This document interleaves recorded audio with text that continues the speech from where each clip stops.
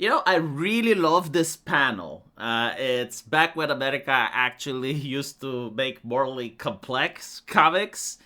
Because it's an interesting dilemma. Obviously, it's absurd. But what do you do if the villain actually straps babies around him? So, as you can see here, he's holding a gun, he's trying to rob someone, and he's telling the superhero that you can't shoot me, you can't tase me, you can't gas me, you can't even knock me down. Not without something very fragile and very precious going squish. And it's an interesting question, right? Because the man represents evil, but in order to punish the evil, innocence would have to suffer. And so the moral conundrum is, do you allow evil to do its thing? In which case, terrorize people, rob from them, do bad things. Or do you try to punish evil knowing that innocence will suffer? And it is a moral conundrum, isn't it? But the interesting thing is, like, what type of person does this? Like, what type of person would surround themselves with babies in order to commit an evil act? Like that's a really nasty piece of shit, isn't it? And if you look at the protests in Minnesota, I actually saw pictures of women bringing their babies to protest.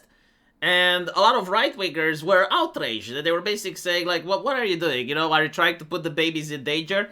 And their response is, so you're saying that ICE officers are violent, that they would hurt little babies. Like, no, that's not what right-wingers are saying.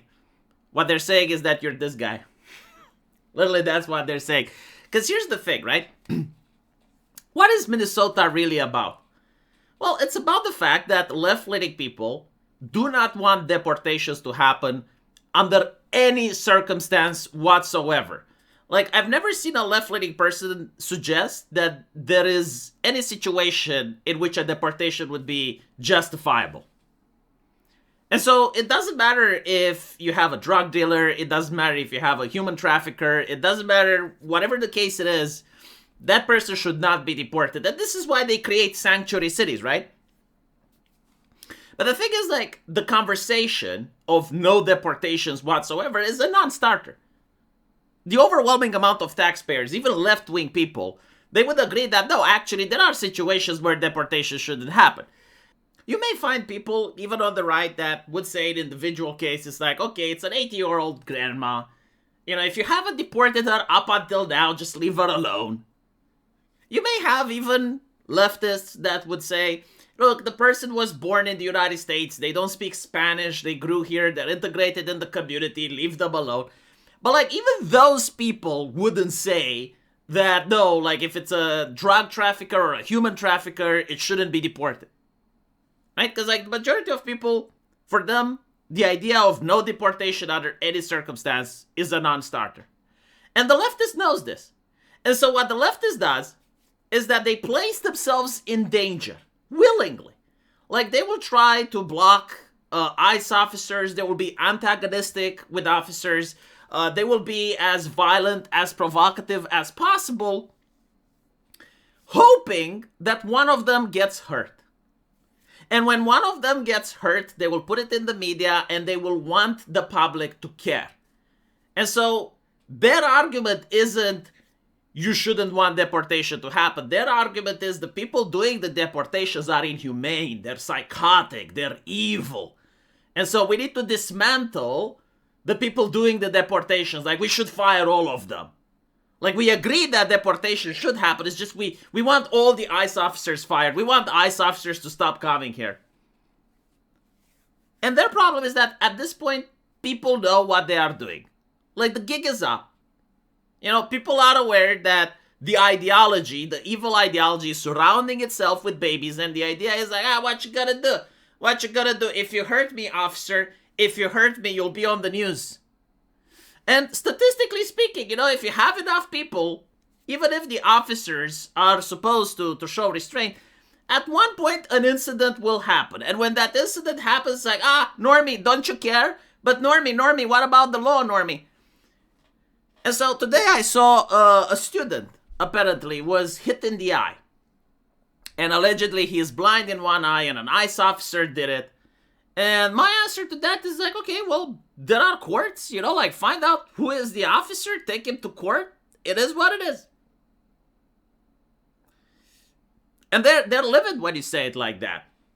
But the reality is, it's like, look, I know who I'm talking to. Like you're part of an ideology. You're probably not upset that it happened. Let's be honest. And I don't even know if it actually did happen at this point.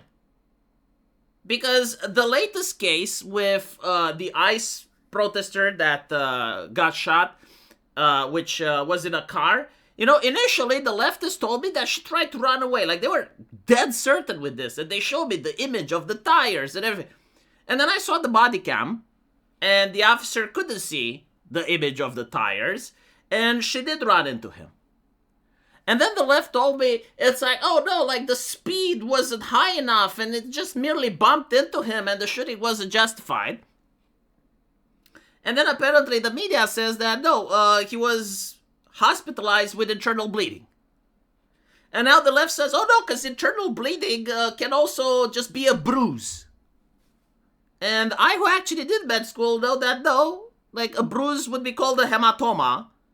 Internal bleeding is a life-threatening injury. Like, doctors are extremely specific when it comes to this language, because you don't want to go into the ER room and say, oh my god, he's got internal bleeding, and then the doctors go in there and they see that he has a hematoma, right? Like, you'd be fired if you do that.